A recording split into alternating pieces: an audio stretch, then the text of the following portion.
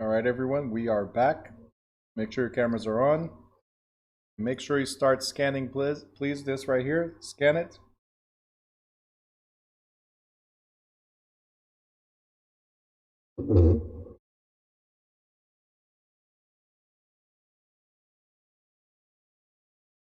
Hey, Sanam, how are you?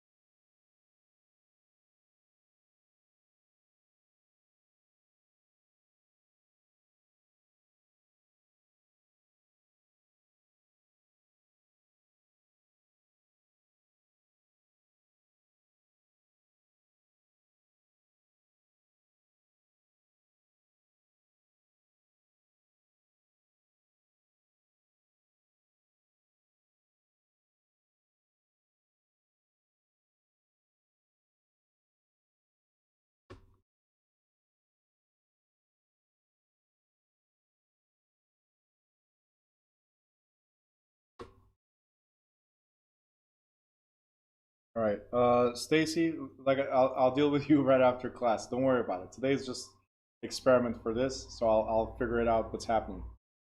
Make sure you guys, whoever can, put your attendance. All right. There's a few people did not check in yet.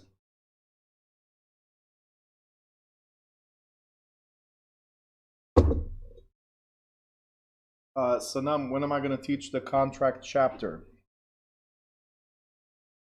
Very good question.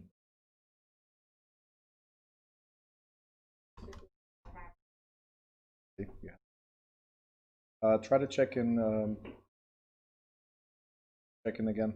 There's a different code.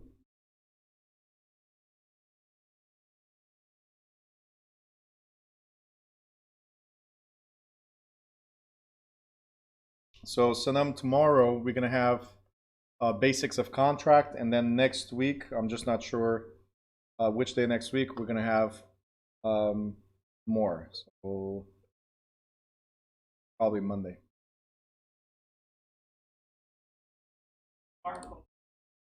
Where is it?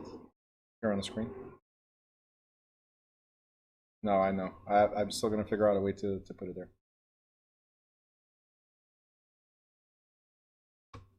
It's 12080. Yeah, it's a barcode per chapter.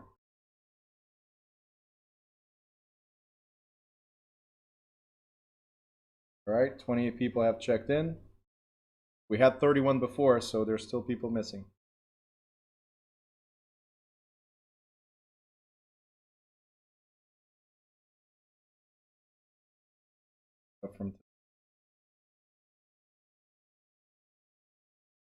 Right, there's still a few people that did not check in, guys. Give it a try.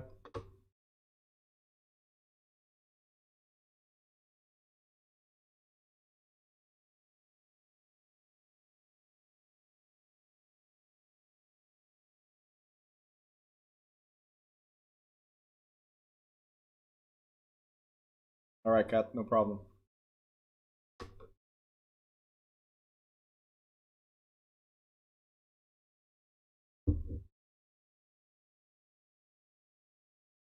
All right, make sure you guys are on camera, please. Everyone on camera. Whoever has their camera off, turn it on.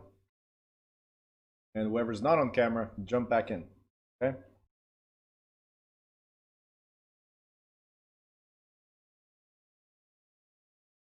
All right, so one of the reasons, by the way, I'm doing this is because there's in the past, not too long ago, it was definitely last year, but in the past I had some students say, no, but I did this chapter, I did that chapter, and then I went to every single Zoom session, right, to review their attendance. So I have to look at the chapters that their name popped up, right? It shows me how much time they were there, but then I had to review the actual video to figure out what happened. right? So I wasted a lot of time with that. So I want to make sure you guys are present with each chapter, right? That's the reason why I'm doing this. And one of the things that this company is doing for me is they're creating a checkout option too. So that means that at the end of each chapter, you'll have the option to check out. So it shows that you concluded. And the advantage of doing this way is that no chapter is alike. So there's chapters where it takes a little bit longer. There's chapters that are a little faster to finalize. So it actually proves to me whether you're here or not. Does that make sense? But then it also gives you the record to you. I don't have to be searching which chapters you're missing. You get the record automatically of what you're doing or not.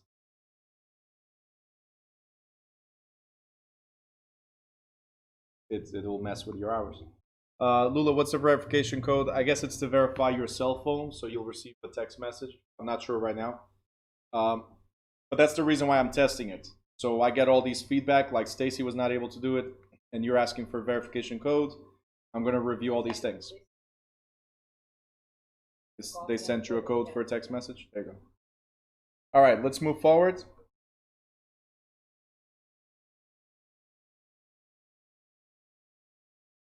And we have now chapter 8. Okay.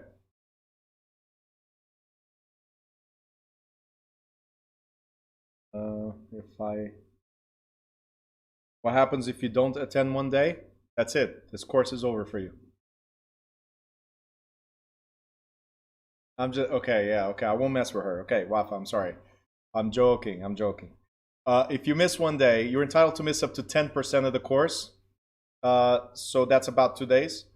If you miss 2 days, just watch the class replay in the student portal. If you miss more than that, then I highly recommend that then you have to make it up in a different session, whether it's the morning session or the next evening session. Isn't it going to be your birthday next year too? You're going to live forever. All right. So, chapter 8, people and celebrations.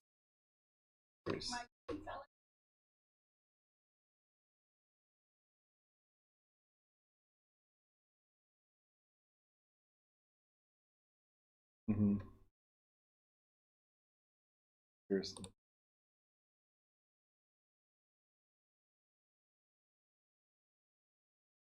Anyway.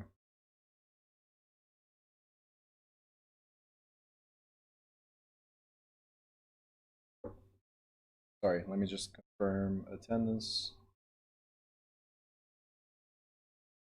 All right, cool. I think we're good. Yep, we're good. All right, so Brandon, so this is for military, right? Lula, the session ID is 12080. 12080. Huh? Yeah, you are. So for military, we will talk about it in financing. We're going to talk about VA loans. That's pretty much it. All right. So you have to understand, we have a lot of stuff we cover in detail here, but there's other things that will come along the way because there's no way to cover everything in 75 hours, right? So, but I will address it at one point, and you can ask more questions when we get to that specific point. You can ask more questions about military, okay? No, that's great. You're curious, that's great. You can always ask questions. Actually, I prefer that people ask questions versus not asking questions. All right, cool. All right, an hour and a half. Let's go. So, land use planning and control. So, each municipality has something called real estate planning, right? What does that mean?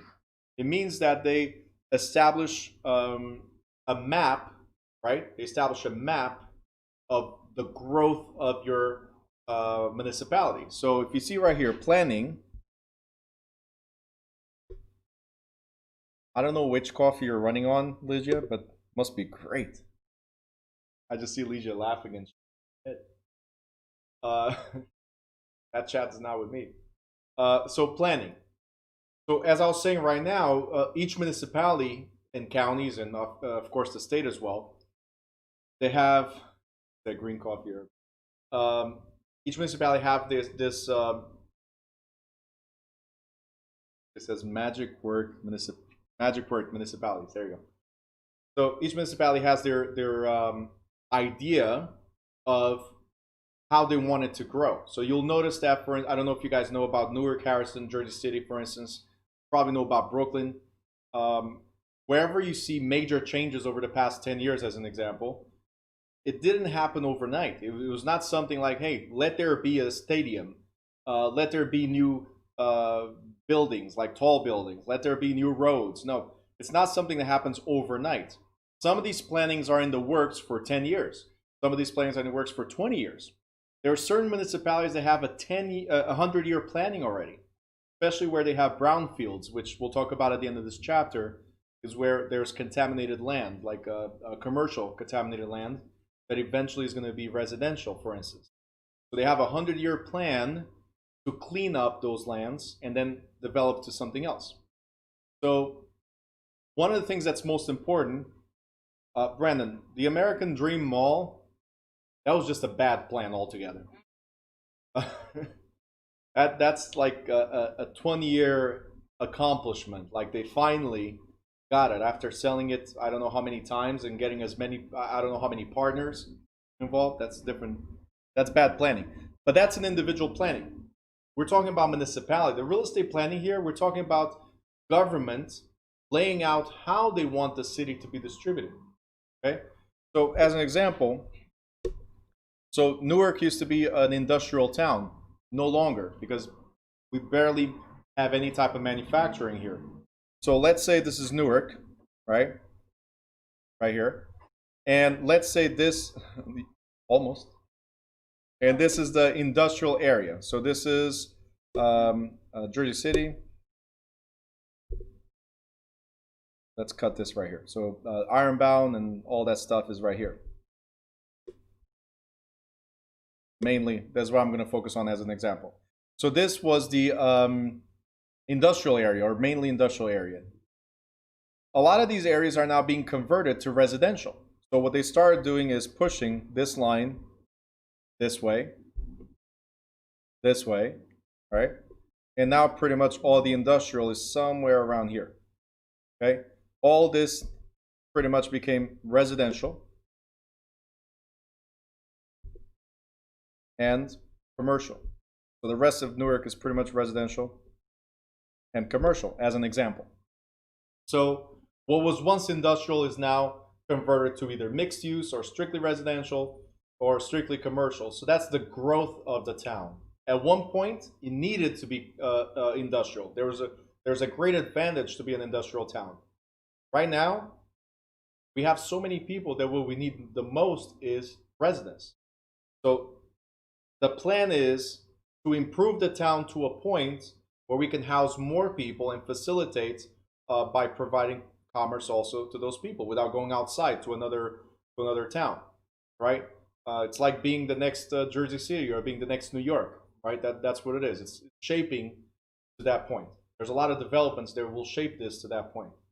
But again, this does not happen overnight. So it is key, and I recommend everybody to figure out what's the planning or what's the plan for your municipality or for your market. Whatever your market is going to be, figure out the plan. And that is called the master plan. Okay? It's called the master plan. It's also called general plan or comprehensive municipal plan, as an example, right? So the idea behind it is having this right here as your crystal ball about what the future is going to be of this town, okay? Because the master plan, again, is what we're planning on doing, so it's the future. We plan with an objective, with a goal to do something. Like you guys plan to be here, right? You plan to be here because it was part of your ultimate goal or objective, which is getting your license, right? That's pretty much the ultimate goal, and then doing something with it, whether it is for knowledge, whether it is for money, like, or to quit your job altogether and just focus on this as a profession, right? You could make just extra money or focus on this as your profession. So whatever your goal is, the city also has one, okay? The county also has one. The municipality also has one. So make sure you guys get the master plan for your market. Whatever you think you're going to be focused on, get that crystal ball. Figure out what's going to happen. Now, what I'm going to address real quick, and I'm sorry to interrupt you, what I'm going to address real quick is something that happened in your life. I can guarantee everybody had this, which is your path was this way, and all of a sudden your life went like this, right? Sometimes your path was this way, it went like this, and there you go. Yeah, I'm not doing this anymore. I'm doing this now, right? So that's life. We can plan, and we might not reach that objective because other things get in the way, or our minds change of what we thought it's going to be. Jaguana just says, "Story of my life." Great song, but what I'm sometimes it's a good thing. Sometimes it's a good thing because what we thought we were supposed to do. Say again. Can make you weaker or stronger, but sometimes what your purpose was, what you thought you're going to do, was nothing close to what you need to do. So you can make your purpose stronger, you can make your purpose weaker, whatever it might be. Anyway, but the idea is you plan. What I'm trying to say is that the master plan, even though it's laid out for the municipality, for instance, even though it's laid out, does it mean that in 10 years from now it's exactly going to be that way? No. Some plans were, like say here in Newark, there are some plans that were supposed to have been established already 10 years ago, right? And some things are just lingering, not happening, lingering, not happening, right? Other things that we saw on the plan that it was going to happen, they're just not happening at all because it changed altogether. You understand? So what was industrial became residential. That's a given. So the restructuring of zoning changed, but what was going to be developed there might not exist anymore. It's either because the developer went out of business, it's because the developer had no way to complete the job, or because changes in administration that said, yeah, that was a good idea, but not anymore. A lot of reasons that could change. Ligia is like, yep. A lot of reasons why things could happen like this. But the overall picture, overall goal, the overall objective or plan that the municipality has will not change. That's what the master plan is all about. Make sure you guys get it. All right?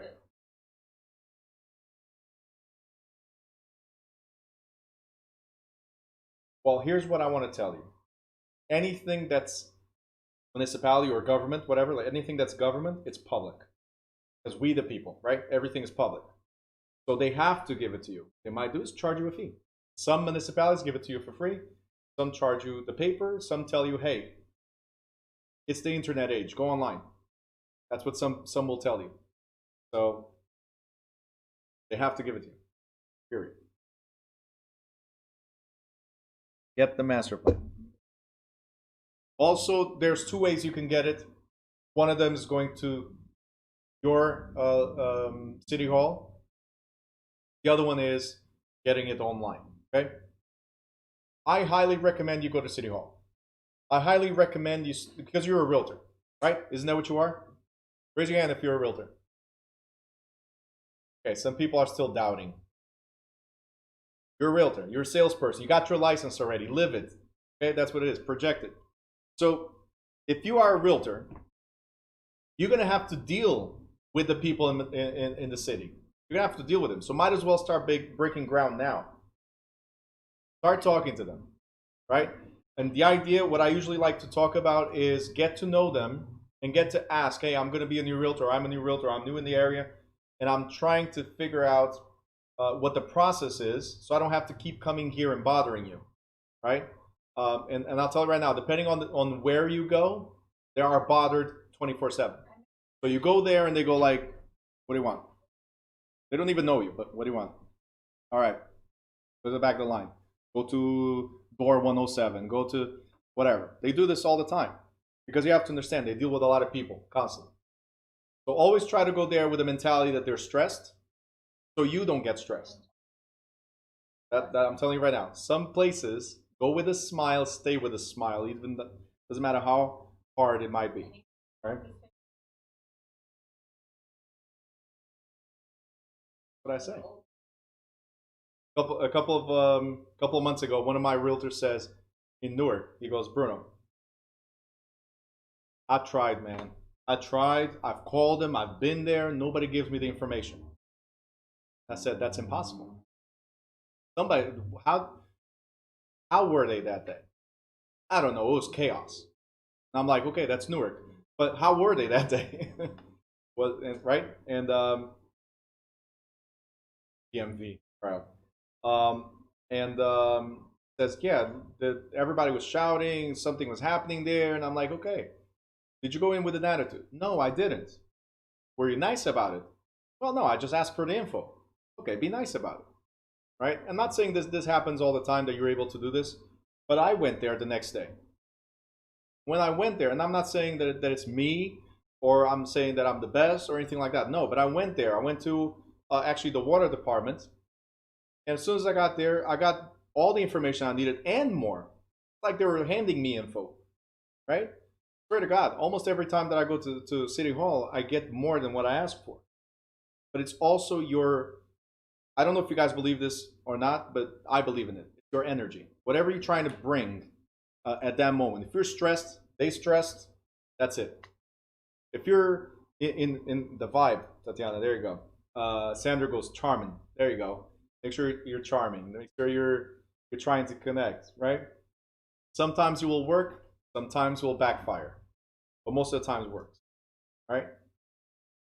That's it. They're already stressed. Go there.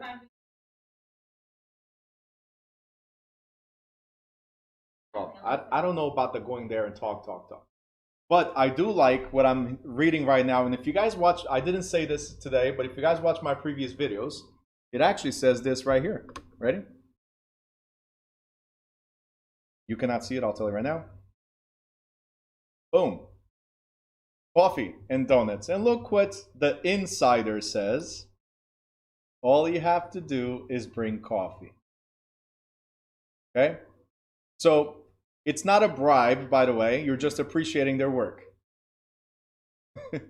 Coffee is not a bribe. Come on. Can it be considered a bribe? Love. There you go. Considered love. Okay, just skip the Holiday Inn. Don't do that.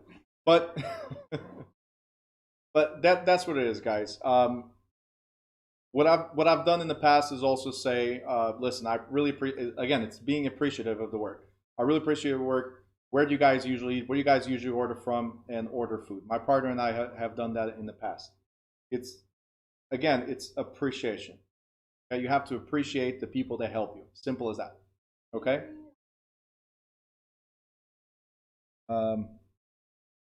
So singing, I don't think it's going to be the best option. I'm just letting you know. So, Katya just started singing. Your voice was great, but might not be the option. All right, let's go back to this. So definitely try to get the best out of people. Very important. Now, what is the goals of land use control? What are the goals of land use control? Harley says love and affection. The goals of land use control. There's two types of land use control. There's public and private. Okay? The goal or the core purposes of it is preservation of property values, promotion of the highest and best use of property, balance between individual property rights and public good, like health, safety, and welfare. Very important, it's the control of growth to remain within the infrastructure capabilities. So this is one of the main ones as well. Like the master plan, it's not like, hey, let's develop everything on this corner. No. We spread in a way that it doesn't affect the infrastructure to a point where it's impossible to maintain, for instance, right? And incorporation of community consensus into regulatory and planning activities.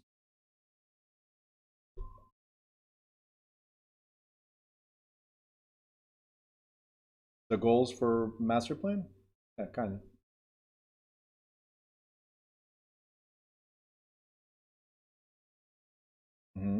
That's why it might be there. What are the goals?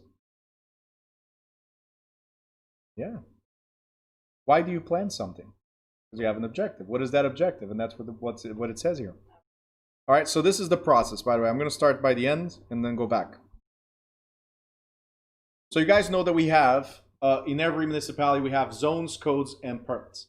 So zones is what I told you. There's the residential, commercial, industrial zones. They're separated. So usually, unless you're in Newark, usually there's not a house next to a factory. In Newark, like I said, and you find that in Jersey City, you find that in Harrison, because of being industrial towns, right? As factories are shut down slowly, right? They're being converted to residential or commercial. So you might find in certain areas, you might still find a factory or a warehouse next to a two-family, for instance. You might still find that, but that's slowly changing. In other towns that developed later, they had already realized that it's not good to place a house next to a factory. They realized that. So that's zoning. The codes are the codes for building, for instance, building codes, right? Which you have to acquire a permit to build. So this part is the implementation of the goals or objectives. Now, who implements this? Right? The administration, the planning commission. So there is a group of people that are called the zoning and the planning commission, right? In certain towns, both building, zoning, planning, they're all in one department. In other towns, they're totally separate departments. So it depends. But the planning commission says, well, these are our ultimate goals. How can we implement it? Okay? So ultimate goals, master plan. How can we implement it? You guys got it? That's the way to do it. You need to figure out what your goal is, right? You figure out what to do, how to do it.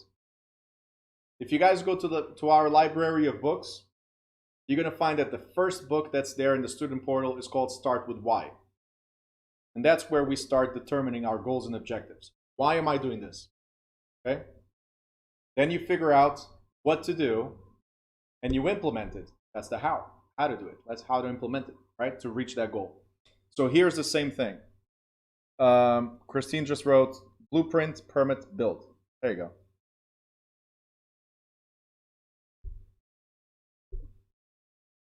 Right?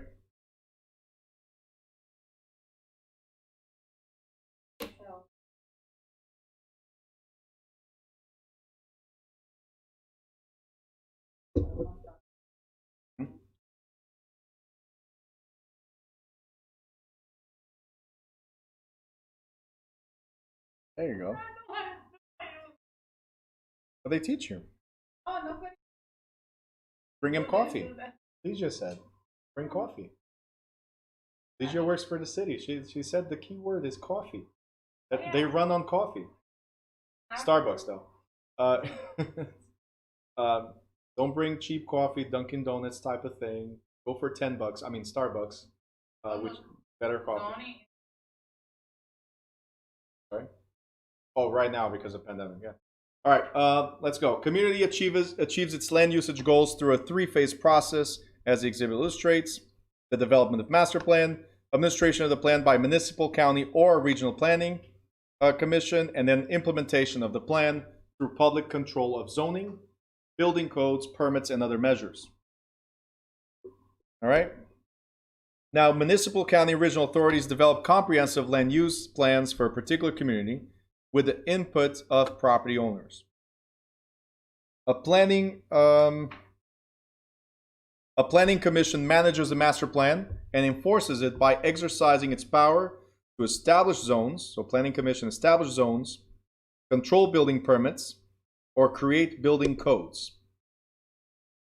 In addition to public land use planning and control, some private entities such as subdivisions, associations can impose additional standards of land use on owners within the private legal jurisdiction. So these are private controls, which are called deed restrictions.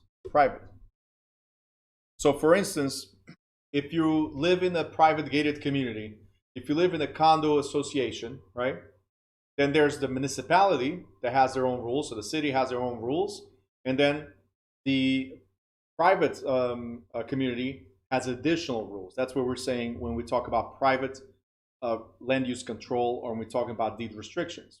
It's either the seller places on the buyer the deed restrictions, right? If you remember with Ruth, I said you can only use this property as long as you use it. You can keep the property as long as you use it for hospital purposes, right? Or when I sold it to Stacy, and I said for as long as Stacy's alive, right? If you guys remember this, those are private restrictions.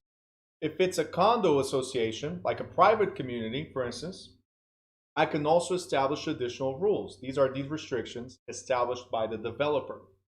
Okay, we talked about this when we mentioned condos and co-ops. You guys remember this? Show me your hand if you remember this. All right, cool. Great. It was one of those. All right, now public land use planning incorporates long-term uses strategies and growth policies in the land use plan or master plan. In many states, the process of land use begins with the state legislature enact laws requiring all counties and municipalities to adopt a land use plan. The land use plan must not only reflect the needs of the local area, okay, but also conform to the state and federal environmental laws and plans of regional and state planning agencies. So we're going to talk about this in this chapter as we go, which is, even though city says, I want the growth to be this way, right?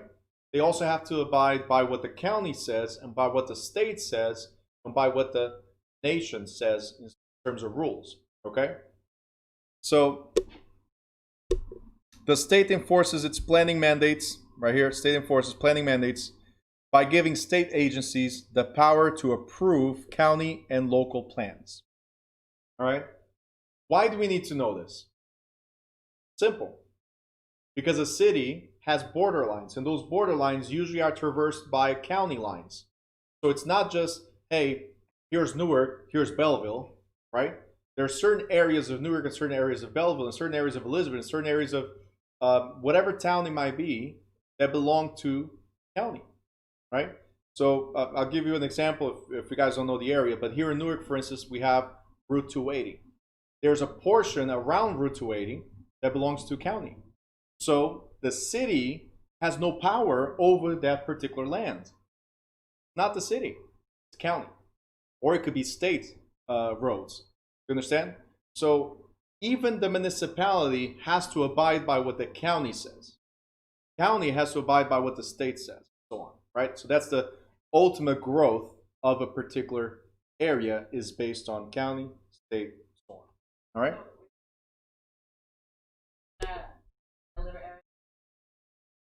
That's where it is.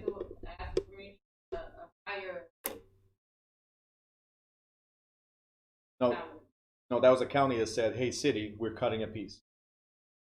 It was not the city that says we're doing this. The county said, "City, we're taking it away."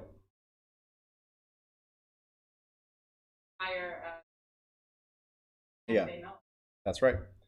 Now, the completed plan becomes the overall guideline for creating and enforcing building codes and development. So the plan is what we follow, period.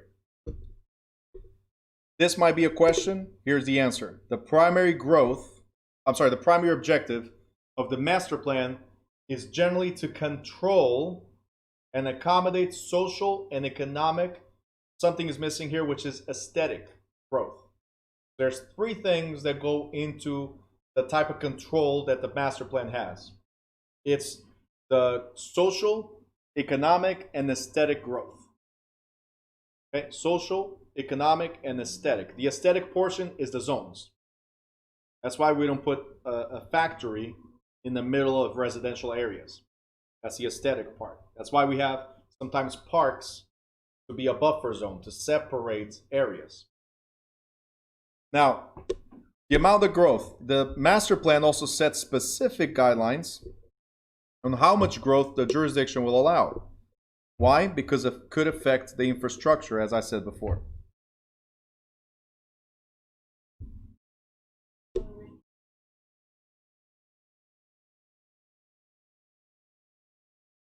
Well, that's what we're saying.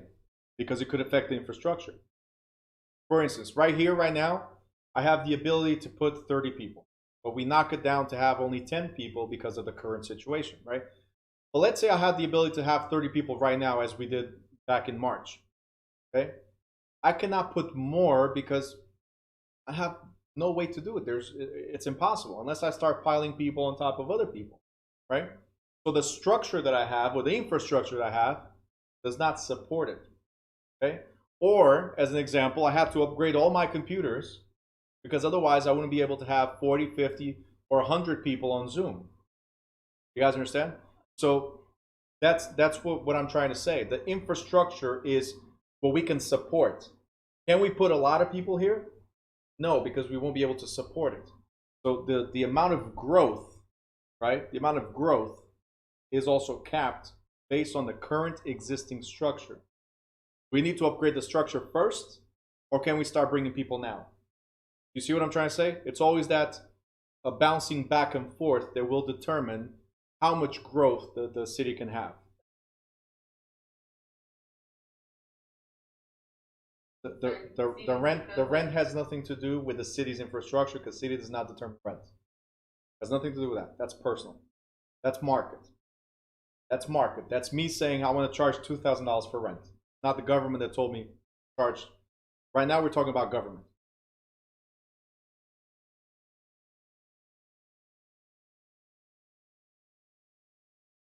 Well, could be. Yeah, but so the rentals will be affected by the growth.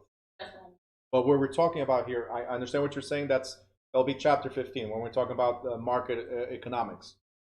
But here we're talking about structure of the town, how they grow and why. Okay. So gentrification is planned ahead of time. It's approved. Let's put it like that. It's approved ahead of time. Yes. All right. To formulate the growth strategy, a plan initially forecasts growth trends, then estimates how well the municipality can keep pace with the growth forecast.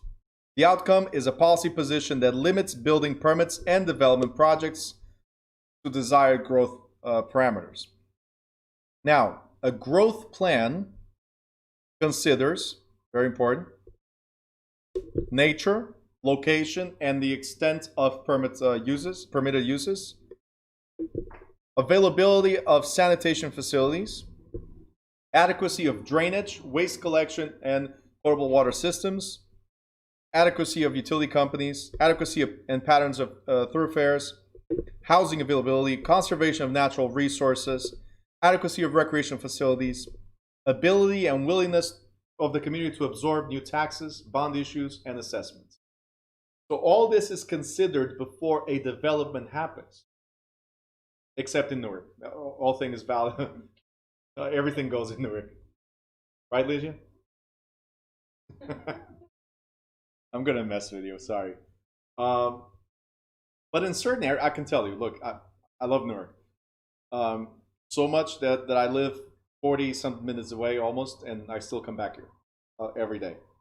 But there are some things that happen here, and I'm pretty sure in every municipality is like that. Some things that happen here that I'm like, what? Only in Newark.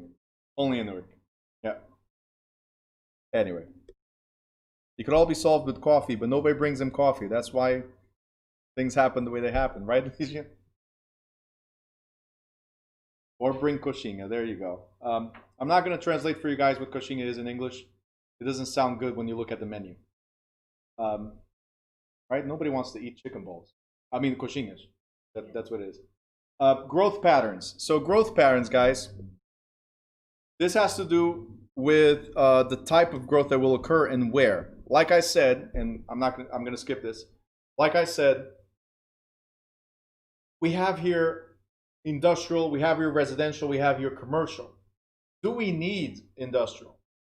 Maybe not. Do we need more residential? So this growth is going to happen based on certain patterns. Can we shift everything right away? No. And once we start shifting slowly, how will it affect everything else? So all this is considered, okay? Ligia says galon, so bring lattes. There you go. Accommodating demand. Another thing real quick, accommodating demand is how much desire do people have to come here? And that desire, I'm not talking only about, and we'll go more in detail about that in chapter 15. But that desire, we're talking about residential and commercial and industrial. If there's a lot of industrial demand, we'll accommodate for that. There's a lot of residential demand, which is happening now here in Newark as an example. We accommodate for that. So that's the new growth of this town. It's pretty much residential and commercial, right? Because that's the demand for this town, right? So in this city. So you have to know what's happening in your market. Okay, very, very important. We talked about this already. Let's go to the next page. And we have public land use control. What page is that? Off your phone. Page 103, public land use control. You're failing me. You're cheating on me. My other teacher, she said. These people. I see how it is.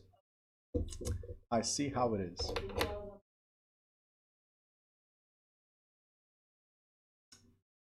Zoning. We already talked about zoning. Zoning means zones, right? We talked about that.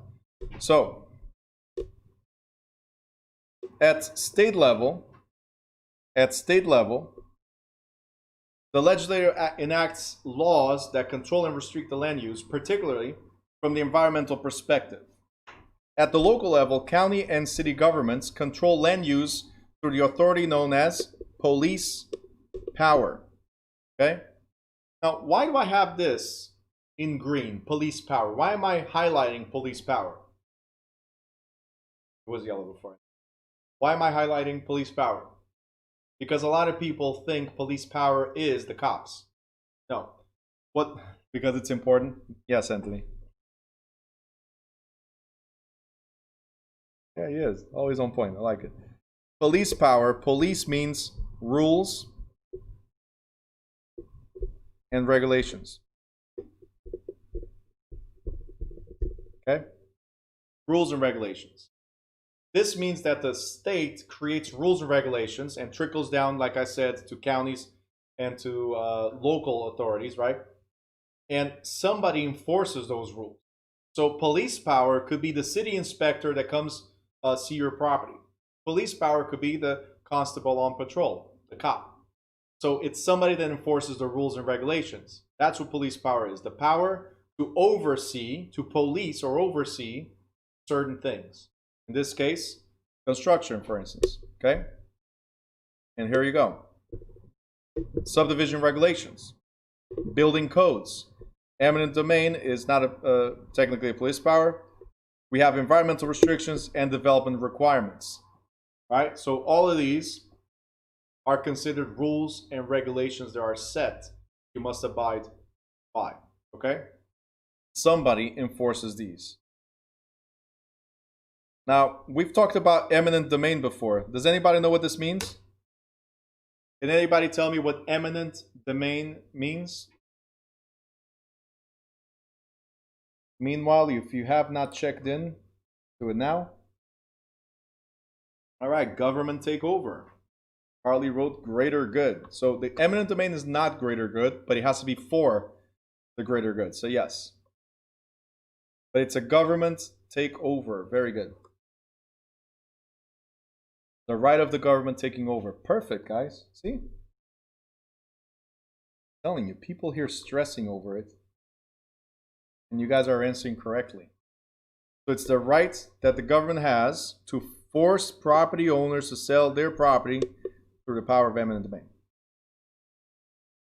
But yes, it has to be for the greater good.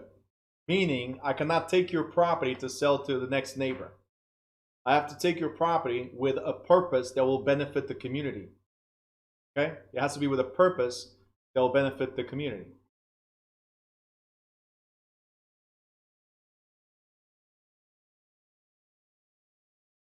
All right. As far as zoning ordinance, all you need to know right now about zoning ordinance is this.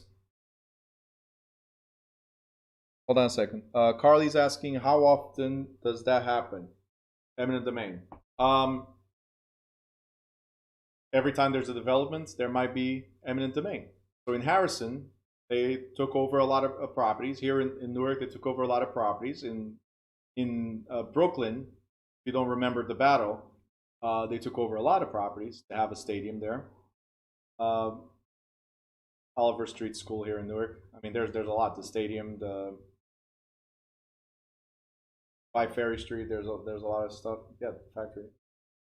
There's a lot of eminent domain that happens, like in the South 18th Street here in Newark. They pretty much bought up a lot of a whole block to build a school, right? And this was back in 2011, right? At least last time I checked in 2018, there was still no school there, but they bought it. They kicked everybody out, and still no school. So 7 years later, still no school. So I'm not saying that the school is not going to be built. A lot of people don't understand also is how long things take in the city, right? Depending on how packed the city is, right, with projects or development or changes, it'll take a while. Okay, simple. Okay, so here are things about zoning as I was explaining before. So the natural land use of office commercial zoning. The size and configuration is part of zoning. So what size? Like the lots have to be 25 by 100 as an example. In other areas, they have to be 35 by 100 minimum. In other areas, it might be 50 by 50. I don't know. It depends. That's part of zoning. They will zone the property and limitations of the lot sizes. Yep. The site development procedures, the construction and design methods. So that's what you go through. Yeah. The use of space within the building. And look, even signage. Even signage is part of zoning. All right?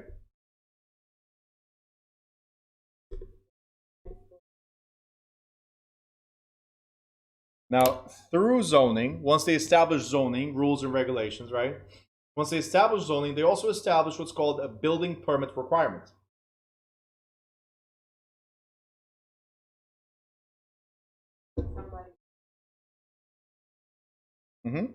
So what is a building requirement? A building permit requirement? Well, if you want to build something, they want to make sure that whatever you're building follows what? The standards that they created. So it's that police or rules and regulations, that police power. Okay? The standards that they created. So local governments enforce zoning ordinances by issuing building permits for those who want to improve, repair, or refurbish a property. Okay, building permits. Okay. All right, these are the most common on the next page, the most common types of zones. Residential, commercial, industrial, those are the most common that we spoke about. There's the agricultural, right? There's public, and then there's planned unit development. Okay? Residential, commercial, industrial. So residential is for what? Homes, right? Commercial is for business. Industrial is for manufacturing and so on. Agricultural, that's easy. So farming, right? And public, we're talking about, it goes into two different categories, which could be recreational or institutional, right? So it's not mentioned here. I'm just letting you know, recreational, institutional. So parks, for instance, or institutional could be also like City Hall, for instance, or prison, or hospitals, schools. Yep. So these all are zonings. Okay, these are part of zoning, types of zones. All right, so I just covered this. You guys know it. All right, next page we have zoning administration. All right, so you guys understand what I'm doing. I'm going fast through some things and focusing on others. There's a reason. Either in a chapter or two from now, we're going to cover the other parts in detail, or once we get to the state portion is way more important than the national portion. So some things I focus on here, some things I'll focus on later on, okay? So if I skip something, don't take it the wrong way. It's not me trying to brush it off. Is we're going to deal with it more in detail later, okay? Zoning. What page? 106. Page 106 says my new assistant. Thank you. Zoning administration.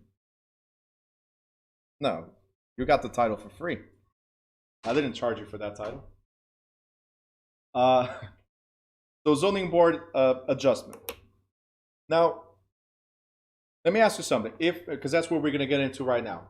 If zoning changes, let's say your property is residential and zoning changed now to commercial, right?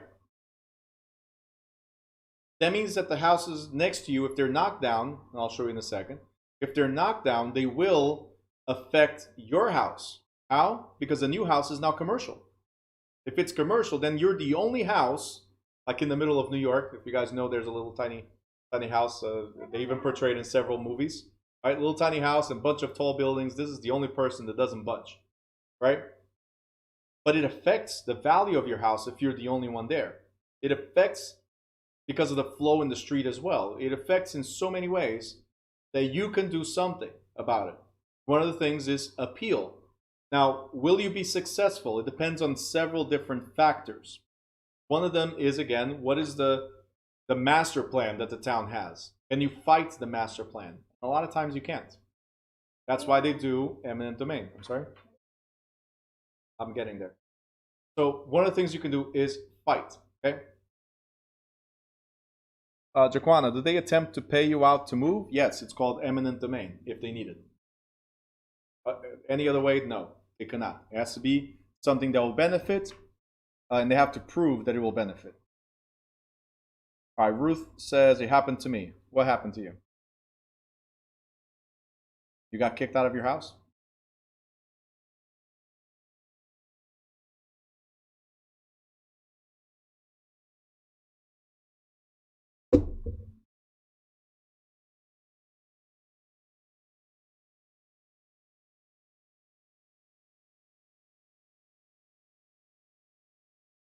Back fast.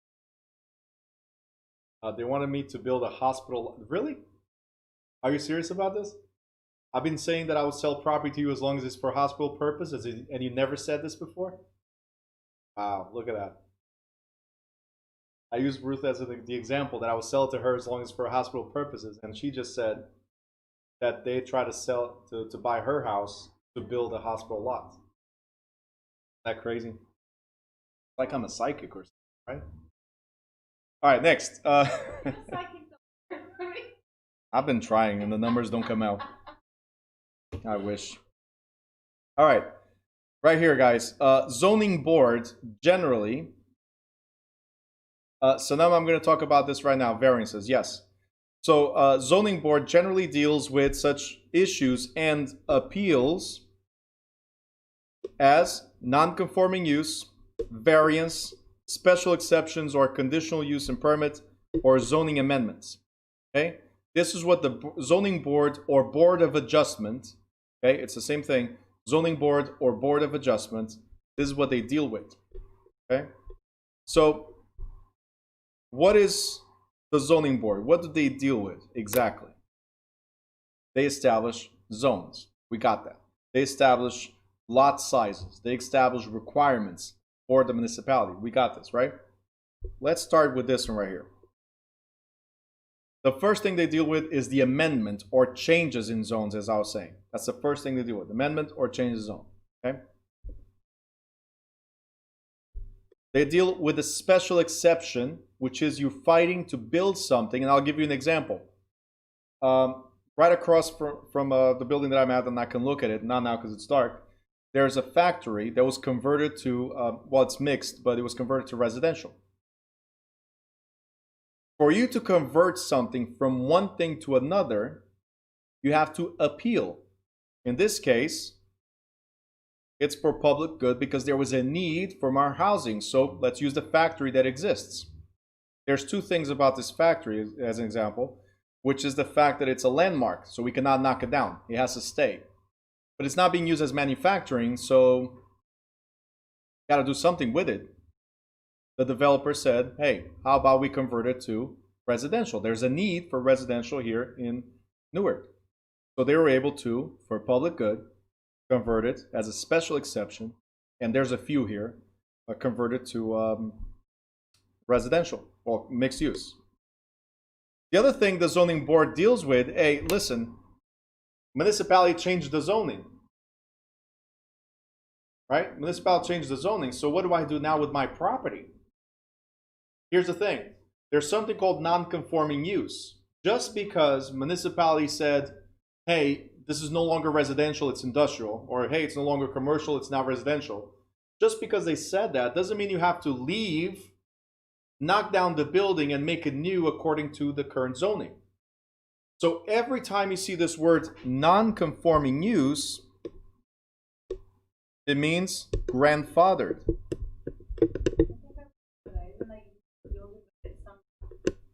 Okay? No, that's the landmark, historical. We'll talk about that. So what we're saying here is non-conforming use, it's grandfathered. It could be legal or illegal. Grandfathered means it was here before the new law was enacted. Okay, and guys, we're going to cover this in a second. I'm just giving you a heads up. So it's either you don't change the current structure because the zoning change, right? Or you're forced to change it because it was illegal to begin with, right? And then the other thing we have is called variances. Okay? Variance, grandfathered. Like grandfather. Okay? So variance or variation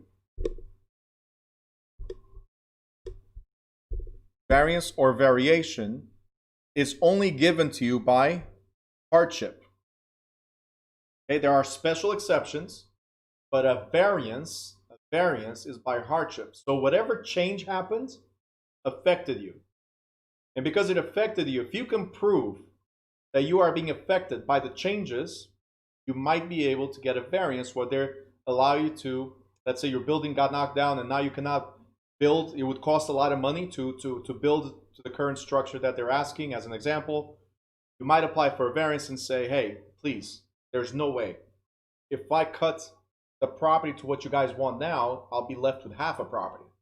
Let's say, for instance, your house was like this, but now because variances require that the new zoning requires that you have a 6-foot setback from the road, your house is now like this. You don't have any room here in the back. So you lost property. So you might be able to appeal due to hardship. You might be able to appeal to change either your house to maintain it the way it was, or to maybe build higher to give the same square footage, or commercial property, or whatever it might be. So the variance or variation of the zoning is simply saying, could you please allow me to keep my structure or alter it to the point where I have the same benefit or a similar benefit I had before. All right, so these are your options with a board of adjustment. Okay? Real quick, non-conforming use. I told you grandfathered, right? For non-conforming use to continue, right here, the board usually treats this kind of situation by allowing it to continue either indefinitely, like forever, right? No end term. They will continue until the structure is torn down, only while the same use continues, or until the property is sold. So let's talk real quick about legal non-conforming use. Legal non-conforming use means you allow me to stay the same way, period. Okay? Until the property burns down or it's torn down, the new structure must comply with the new zoning, right? Unless you file for a hardship, for a variance. Until the use is abandoned. So I was using it for this purpose. Now I'm using it for a different purpose. Well, We gave you the exemption indefinitely for as long as you use it for that purpose. You change the use, you're now illegal, non-conforming use. Okay? Or the property was sold. Well, we allowed you to stay indefinitely as long as it was you. The moment you sold it, it's now illegal. So right here,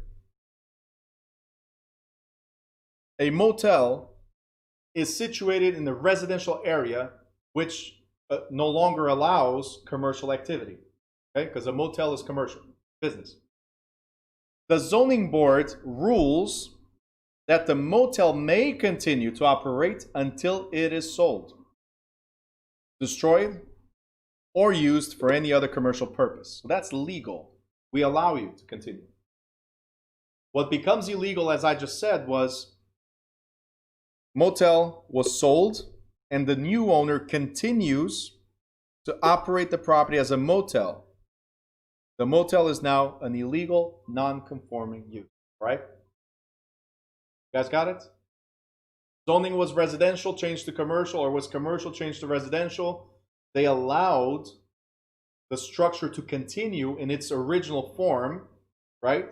Until one of these events happened. Until one of these events happened. Either it was torn down, the use was abandoned or changed, or the property was sold.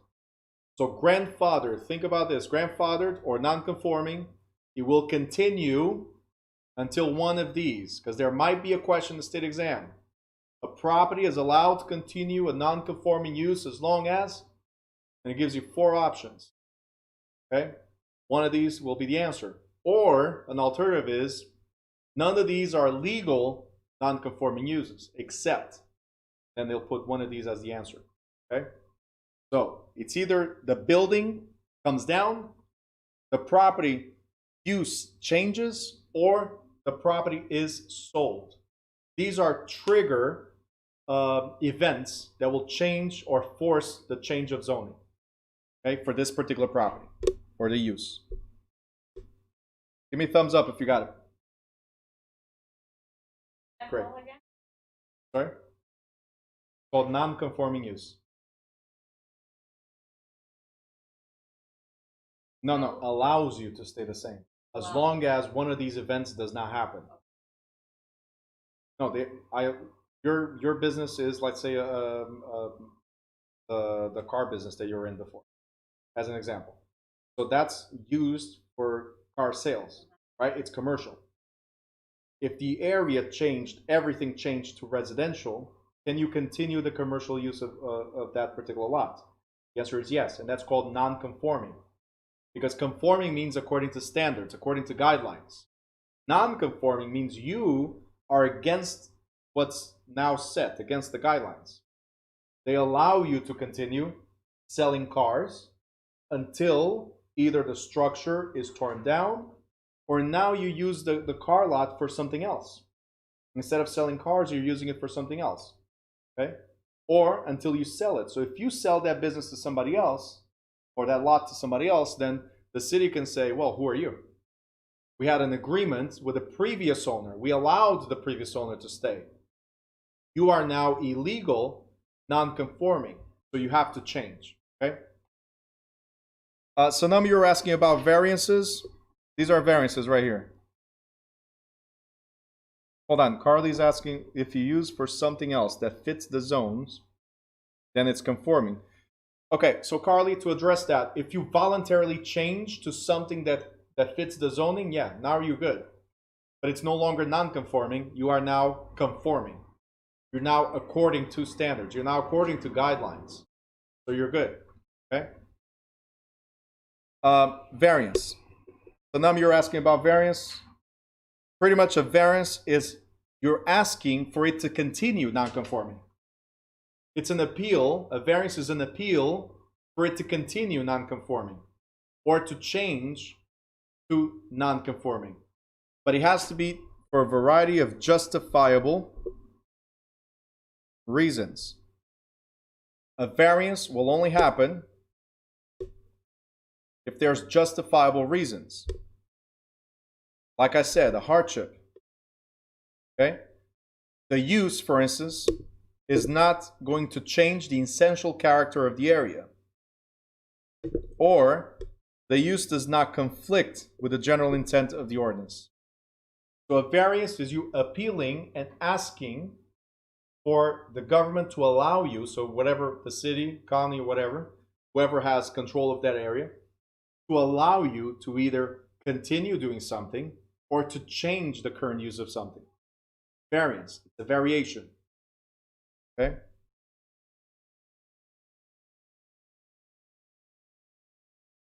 All right, move forward.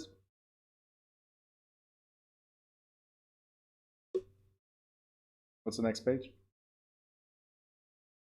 Under subdivision. Subdivision plat approval.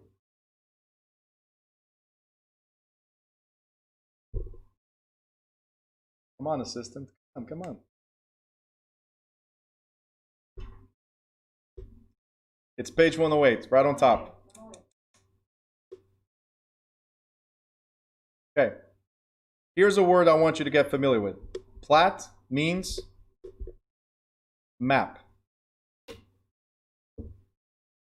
So every time you see subdivision plat, it's the map that lays out the whole subdivision. We're not talking about the survey of your property. We're talking about the whole subdivision. So subdivision map or plat approval. That's what we're talking about. Well, now you know. So a little biggie for you. You didn't know? Now you know.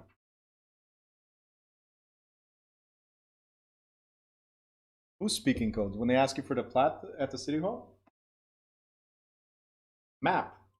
All right, so here's the things that they're going to ask for you guys.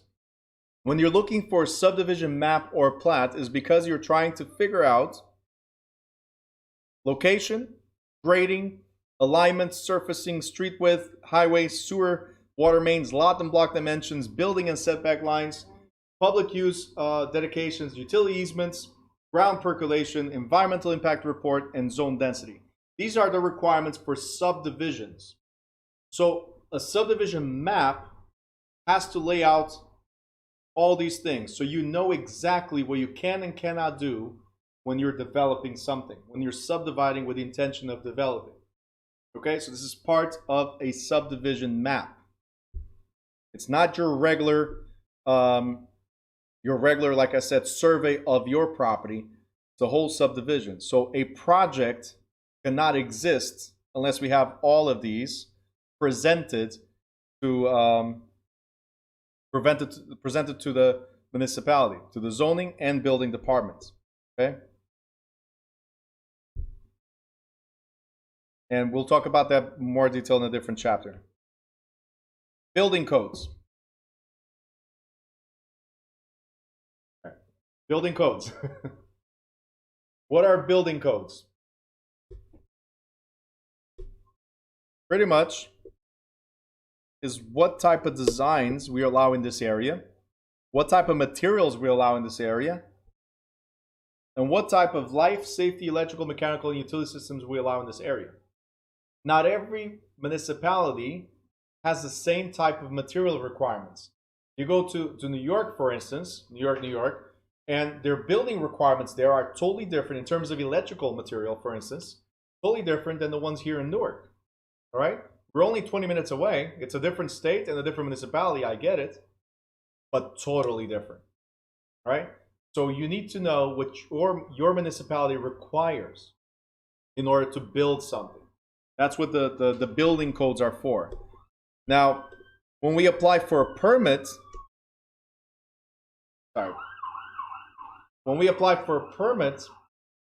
that's because the government wants to know that when you're building something, you're building according to the allowable codes or the required codes.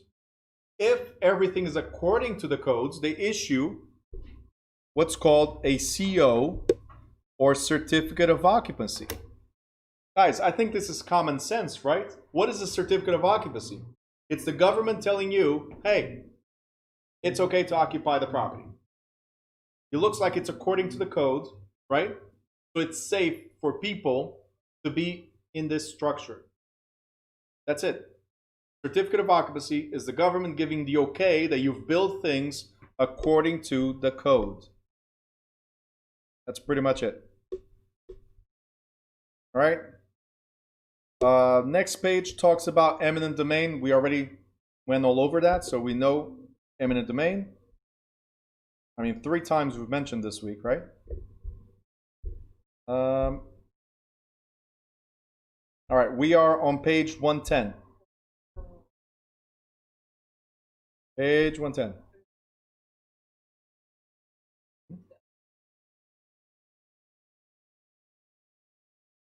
What? Eminent domain? That's the government taking the property. Public grant. So it's either the government takes or you're giving to them.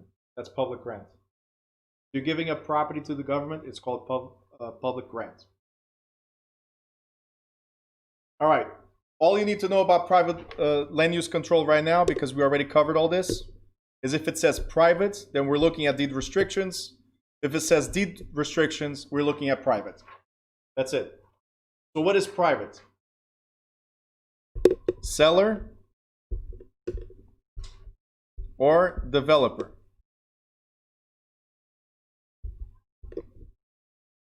Okay? Seller or the developer put restrictions. I'm going to repeat what I said already today and a couple days ago, which was, Ruth, you can only use it for hospital purposes. That's a deed restriction. Okay? That's what it is, deed restriction. I placed that restriction. The developer says this is a private community, right? And you can only park regular cars, okay, in front of the driveway. Commercial cars go all the way in the back. These are deed restrictions, okay?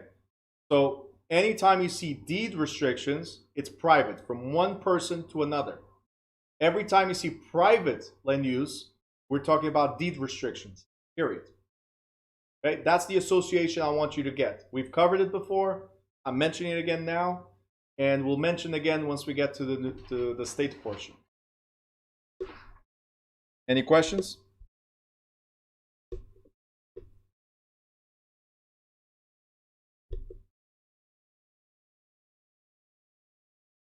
Questions? Put a question mark if you have. If not, we're moving forward because I already covered all this.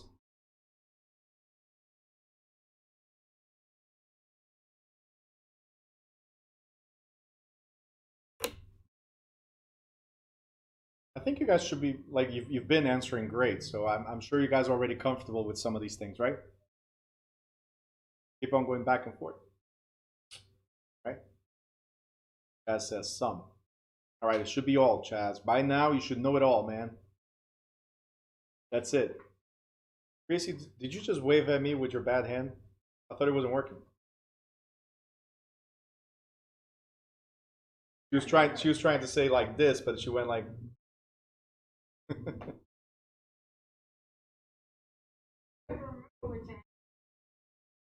well, I can see. She's a little tiny square, but I can see. I brought my good contact lenses. Oh,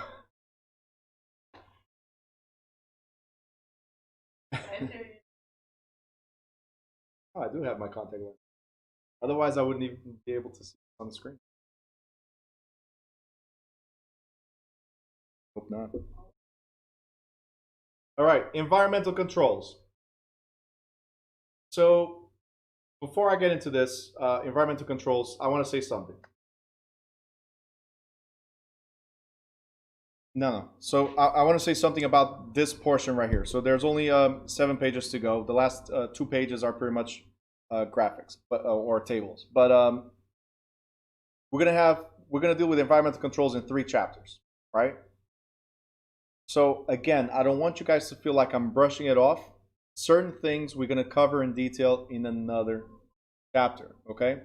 You still have to review this chapter at your own pace. But it's just because I'm going to focus on it more specifically in the state portion. I'm telling you right now because in the state portion, it's the review chapter of all this plus that state specific thing. All right? So it's more important to me then than it is now. And this is because of state exam. It's not because I just feel like skipping it to later. No, is that I know the state exam inside out. I know the questions are going to show up. I cannot tell you, by the way, in case you ask. No. Carly, the state portion is going to be the final week. So for 3 weeks, we're going to talk about the national portion, and then the 4th week is going to be the state portion, which I use as review, like I said. All right. So, what are environmental controls? Just as a quick heads up of what is environmental control is federal, state, and local controlling what you can do as far as, for instance, manufacturing. Can you put a factory by a river and just dump stuff in the river? No, it's common sense. It was common sense before, but for some reason they had to make a law because people have no common sense, right? And that's where rules and regulations come from. Lack of common sense, let's create a rule, right? Some rules have no sense in them either, or the type of material that we can use in the house. We're going to talk about that, lead-based paint. We cannot use lead-based paint as of 1978, and that you have to know both on the federal side and state. That's why I'll skip it a little bit, because under state portion, we are heavily focused on it. Asbestos, mold, underground tanks like oil tanks. We're going to talk about all this stuff. And guys, this is the most boring part of this course, talking about the environment. It's not the environment that's boring, it's the regulations, because I can't give examples or stories to relate to. Mold is mold, all right? That's it. Mold is mold. An oil tank is an oil tank, right? It's underground, and sometimes we don't know it's buried there. So these are the things that I'm trying to tell you. A little boring. I might fly over a few things to then focus later, all right? This is the federal part. There's federal, there's state, and then down to municipalities or local planners. So in recent years, federal and state legislators have enacted laws that conserve and protect the environment against hazards of growth and development, particularly in terms of air, water, and soil quality. So these are our concerns when it comes to environmental: air, water, and the soil. So are you damaging the air quality? Are you damaging the water quality that could affect other people, or even the soil quality that could affect other people? So as far as air is concerned, one of the things that we're concerned about is asbestos. What you need to know about asbestos is that this is an insulation. Asbestos is an insulation. That's what you need to know. The other thing you need to know about this type of insulation is that it's dangerous to you when it becomes airborne. So what is airborne? What is the issue here? Let's say I'm knocking the wall, right? And behind it is asbestos as a type of insulation, just as an example. Because I cannot see behind the wall, I will probably start knocking it down the wall, and here comes asbestos with it, right, the insulation, and it becomes, so Ruth just wrote friable, right, so it breaks down into tiny filaments. That's the problem. It breaks down to tiny filaments that we can inhale, and the problem with that is we don't see it, we inhale it, and it lodges into your lung, so it could cause lung cancer. That's one of the problems with asbestos. So you need to know it's a type of insulation, dangerous when it becomes airborne, and it requires certified inspectors and technicians to remove. 3 things about asbestos: insulation, it's dangerous when it becomes airborne, and requires certified technicians. These are the 3 things you need to know, exactly as I have here. Insulation, airborne is a health hazard, requires certified inspectors and technicians. Carbon monoxide, I think everybody knows what it is. Colorless, odorless, and tasteless, also poisonous gas that could result from faulty heating equipment. Okay? So very, very dangerous. Carbon monoxide. Next thing we have is a crazy word. Urea formaldehyde. Crazy word. All you need to know about this crazy word, it's insulation. Simple. The only question you're going to have about urea formaldehyde or UFFI is that it's a type of insulation. Period. Okay? This right here, it's in green. Put a call to action here. We're going to talk about it a million times. We're going to talk about it a million times. Lead-based paint. Okay? It was banned in 1978. We'll talk about it a million times. This one has to stick in your mind. There's a bunch of questions about this. Okay? Again, in the state portion, I'll be more specific about it. Mold. Moisture. Mold develops because there's moisture. So like basements, right? Because there's a lot of moisture, humidity, right? They're prone to develop mold. Very dangerous. I told you that. I told you that when you asked me last year. Another one that's very dangerous is radon. Okay? Radon is a colorless, odorless, radioactive gas. Okay. So real quick, radon, carbon monoxide, and fire hazards are the reason why you cannot live in basements. And most basements are banned from being rented. Why? Radon, for instance, the danger of radon is that it concentrates in places that have no ventilation. So it's concentrated, right? And as it builds that gas, you do not know, but it's like the carbon monoxide is a silent killer because it develops damage to your lungs, develops damage to your brain, and it could even cause death.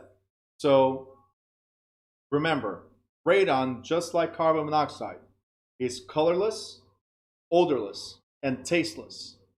It's just one is natural, which is this one, is a natural gas that comes from the ground up, and the other one is because of combustion of certain appliances, for instance. Okay, so these are the reasons why government says do not rent basements unless you clear them to be rented. Okay, that means there's proper ventilation. Okay, so ventilation systems.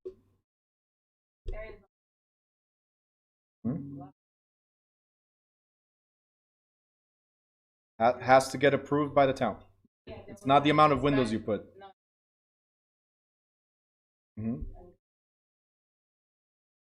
As long, yeah, if it has proper ventilation, they might approve. Yeah.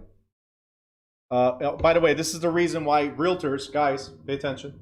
This is the reason we cannot go around and say, yeah, buy this house. Doesn't matter what the city says. You have an additional rental down there. And realtors, you guys do this all the time. I hate you guys, by the way, because you did this all the time. You give the wrong advice to your clients. It's okay to rent. Do it. It's an extra $1,000. Mortgage paid for. You know what? Why don't you move to the basement and rent the top 2 floors? Go ahead. You kill yourself. Rent the top 2 floors. All for the money. Realtors do this all the time. Do not give advice. We're going to have a chapter on this. It's called the agency chapter. We cannot give advice that we're not experts in. Who can approve you to rent a basement? The city, not the realtor. Okay? Not my monkey. I'll explain that later. All right, guys. Real quick, on page 113, thank you, there's a table that explains what's related to air, soil, or water. Okay? So these are certain things that are indoors, certain things are outdoors. We'll cover it more in detail in different chapters. Okay? We will talk in a different chapter about the clean air, water quality. Yeah, we're done. Lead-based paint. There's only one more thing to cover here.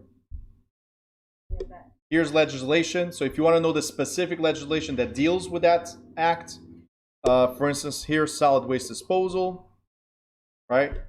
Air Quality Act, National Environmental Policy, Flood Control Act, all right here, listed for you if you want. Okay, And here on page 116,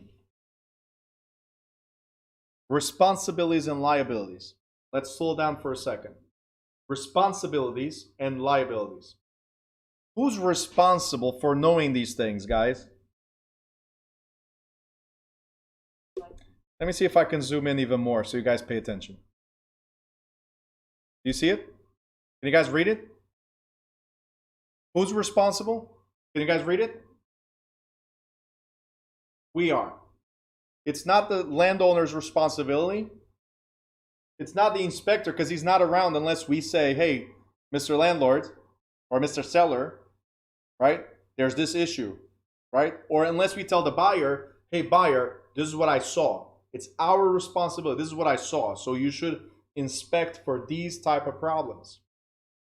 So it is very important that you guys are fully aware of potential environmental issues, because we are the people expected to be aware of these issues and to know where to look for professional help. So it's not our job to do the work. It's not our job to hire the people, but it is our job to tell the buyer or the seller, listen, this is what you need based on what I see, and then it's up to you to either do it or not. See, that both the seller and the buyer could sign waivers like, no, I don't need to inspect it. They could, right? But your job is to give disclosure of certain issues. You guys understand? Once we get to chapter 11, when we talk about national agency, you guys will realize that pretty much our job is to consult and give as much disclosure as possible to reduce as much liability as possible for one party or another. That's why we need to know these things, okay? Don't never risk your license. So disclosure is key. So to sum up, for their own protection, so our protection, and for the seller and the buyer's protection, we need to be aware of potential hazards. We just talked about them. We need to be able to disclose known material facts. Whatever you do not know, you don't have to. But if you know about it, disclose it. You need to be able to distribute the HUD booklet, which we'll talk about later. It's regarding lead-based paint. And we need to know where to seek professional help. So one of the things you guys will know about me is that I'm always saying, hey, if you guys need anything, ask me. Because I have a Rolodex of contacts. So you need an appraiser, talk to me. You need an inspector, talk to me. I have a bunch of contacts. You need somebody that deals with the oil tanks to remove, talk to me. If you don't have the contact, it's your responsibility to find a way to get it. Simple as that. So I'm making it easier on you. If you don't have it, ask me. Most likely I have the contact that you need for any of these, okay? Ruth is asking, we didn't get to the HUD booklet yet, but you need to always have the HUD booklet at all times. If the property was built before 1978, then the licensee must. So only for properties that were built before 1978, we need to give the HUD booklet that says, protect your family from lead in your home. Now, do we have to walk around with that booklet like we're walking around with the Bible? No, you don't have to. But if you're dealing with a property that was built before 1978, when you put an offer, you have to request that the lead-based paint booklet, okay? Or the seller or the listing agent have to provide it to your buyer, okay? Because that's a seller disclosure. The house was built before 1978, so therefore the buyer has the right to inspect the property, okay? Now, the seller, let's look at this real quick. The seller is not required. Seller is not required to test for lead-based paint. The seller is not required to test for lead-based paint. But the seller must allow the buyer, I'm going here slowly, because this is one of the most important things that you need to know. It will haunt you for the rest of your life, because there's a bunch of houses built before 1978, and every single contract must go with this. So must allow the buyer a 10-day period for lead inspection. So remember this. Under the Lead Hazard Reduction Act, this is a federal act, under Lead Hazard Reduction Act, the seller is not required to test, but they must allow the buyer to test because the house was built before 1978. I'm the seller, I'm not required, you're the buyer, I have to allow you a 10-day period to test. Okay? Simple as that. All right. Again, it says right here, it's the real estate practitioner's responsibility to ensure compliance. So it's our job to make sure, hey, listing agent, this house was built before 1978. Get me that disclosure. It's our responsibility to get that. All right? And then the buyer can waive the inspection. We'll talk about it in the state portion, right? Or not, but they have the right to inspect. All right, CERCLA, real quick. CERCLA is a Comprehensive Environmental Response, Compensation, and Liability Act. Okay? What this means is, oh, hold on a second. Tatiana has a question. What happens if the buyer doesn't reply within 10 days? It's not the buyer doesn't reply, is they have the right to inspect. So after 10 days, if you still did not inspect, the contract is binding. So you cannot go back later on and say, well, seller, there's lead-based paint.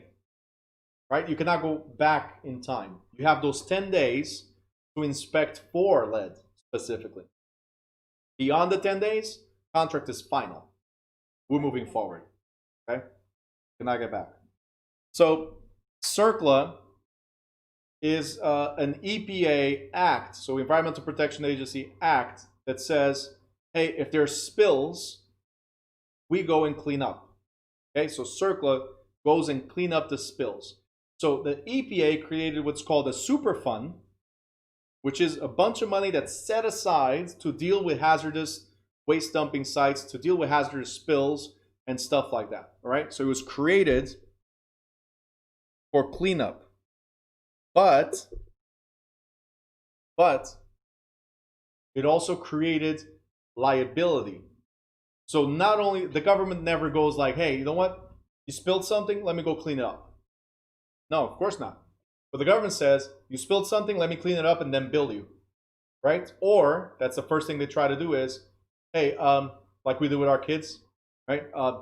Did you notice you just dropped milk all over? Go clean up, right? That's what we do. Go clean up and then come back. Then you can go play or whatever, right? That's what the EPA does through CERCLA. They say, hey, Mr. Homeowner or Mrs. Homeowner, property is damaged because of a spill. Fix it, and then we talk.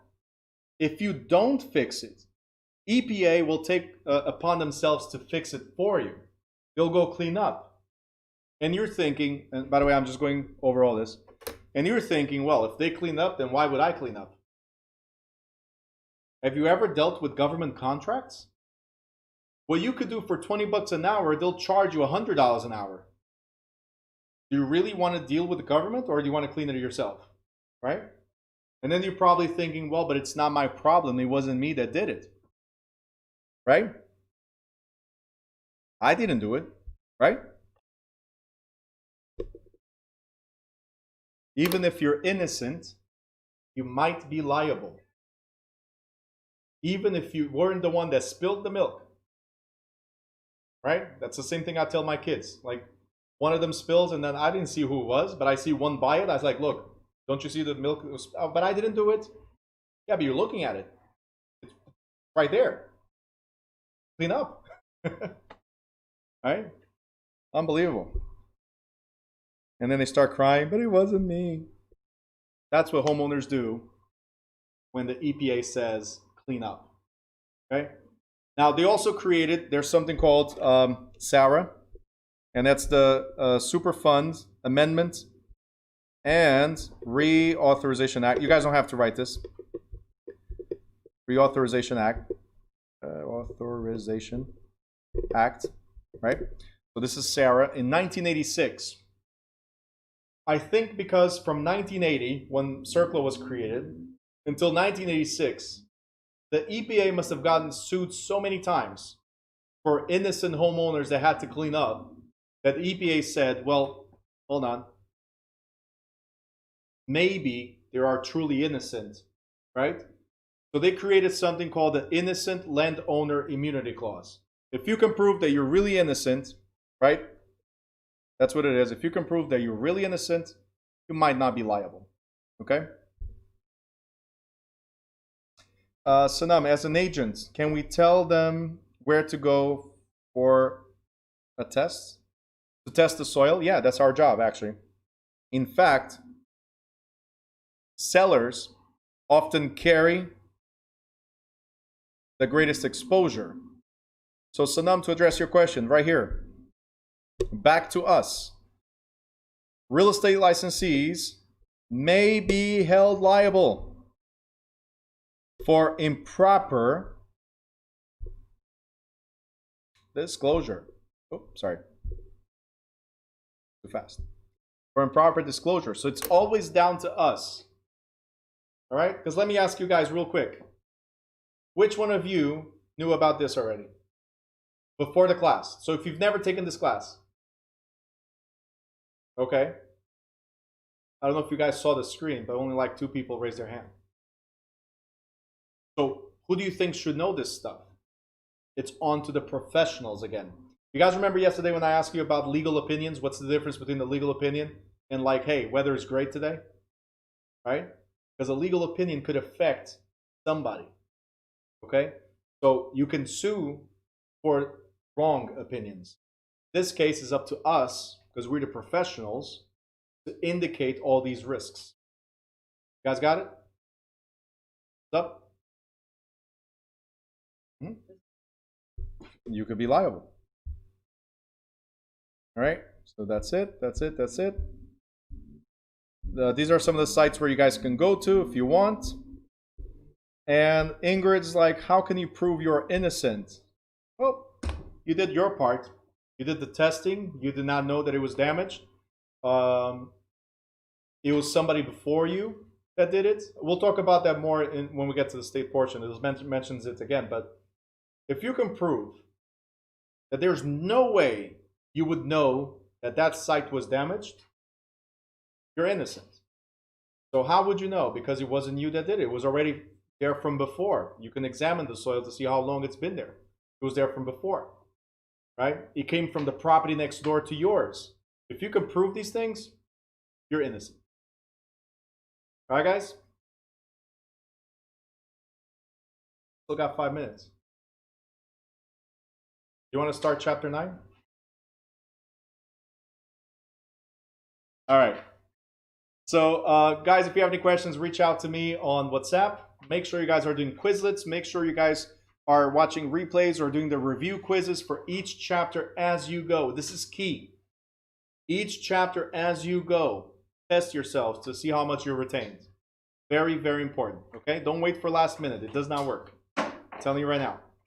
All right? Thank you for your time. I'll see you guys tomorrow at 5:30. Thank you.